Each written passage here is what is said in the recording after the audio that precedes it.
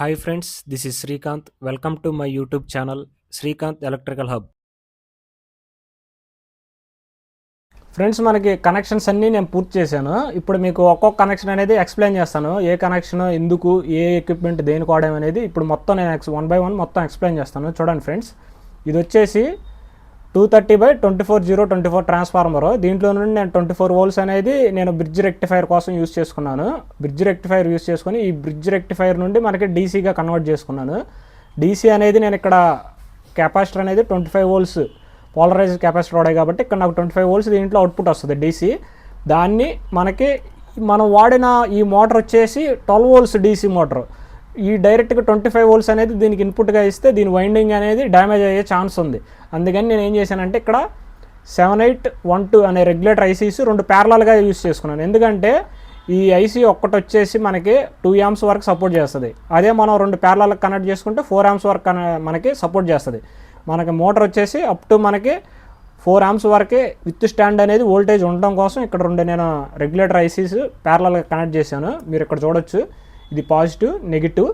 ఇక్కడ ఇన్పుట్ ఇచ్చాను ఈ 2 రెగ్యులేటర్ ఐసీస్కి. ఇక్కడ కూడా చూడొచ్చు, ఇక్కడ నుండి వచ్చిన ఈ ఇన్పుట్నే ఇక్కడ మళ్ళీ 2 ఐసీ యొక్క రెగ్యులేటర్ ఐసీ యొక్క ఇన్పుట్కి ఇచ్చాను.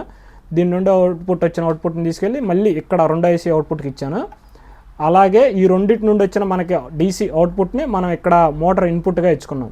ఈ మోటార్ మనకి ఏం చేస్తుందంటే ఎలక్ట్రికల్ ఎనర్జీని మెకానికల్ ఎనర్జీగా మారుస్తుంది. అంటే మనం ఎలక్ట్రికల్ సప్లై ఇస్తే మనకు అవుట్పుట్ వచ్చేసి మెకానికల్. అంటే ఈ మనకు ఆపోజిట్లో ఉన్న ఈ జనరేటర్ మోటార్ని తిప్పడానికి ఈ మోటార్ అనేది మనకి యూజ్ చేసాం.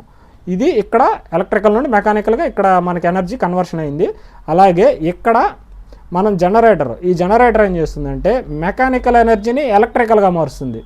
అలాగే మనకి ఇది ఇలా రొటేట్ అనేది జరగడం వల్ల మనకి ఇక్కడ అవుట్పుట్లో ఈ సెకండ్ మోటార్ యొక్క ఇది మనం జనరేటర్ యూజ్ చేసుకున్నాం. నిజానికి జనరేటర్ అని చెప్పాలి. ఈ జనరేటర్ అవుట్పుట్లో మనకి ఏసీ సప్లై అనేది వస్తుంది. ఇక్కడ మీకు ఇందాక నేను వోల్టేజ్ చెక్ చేసినప్పుడు నేను చూపించాను. ఈ వోల్టేజ్ అనేది మనకి 34 volts వస్తుంది, ఏసీ వస్తుంది.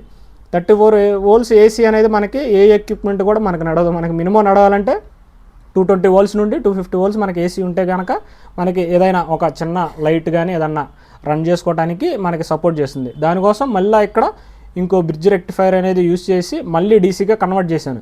ఇక్కడ మనకి 5 amps డీసీగా కన్వర్షన్ అనేది నేను చేశాను. ఇక్కడ కూడా ఒక ఫిల్టర్ అనేది 2200 MFT 25 volts ఫిల్టర్ వాడాను.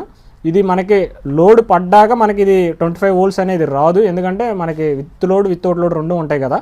అప్పుడు 12 volts అనేది ఆటోమేటిక్గా లోడ్ పడంగానే మనకి ఇక్కడ కన్వర్షన్ అనేది అయిపోతుంది.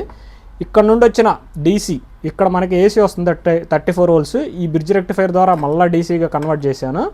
ఇక్కడ మీరు చూడొచ్చు, ఈ డీసీని తీసుకెళ్ళి మనకి ఇక్కడ ఇన్వర్టర్ బోర్డు ఏం చేస్తుందంటే మనకి డీసీ సప్లైని ఏసీ సప్లైగా మారుస్తుంది.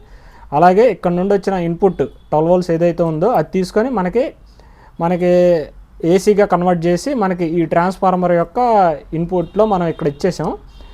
ఇక్కడ నుండి మనకి ఈ ట్రాన్స్ఫార్మర్కి తక్కువ మొత్తంలో ఏసీ అనేది పల్స్ అనేది జనరేట్ అవుతుంది.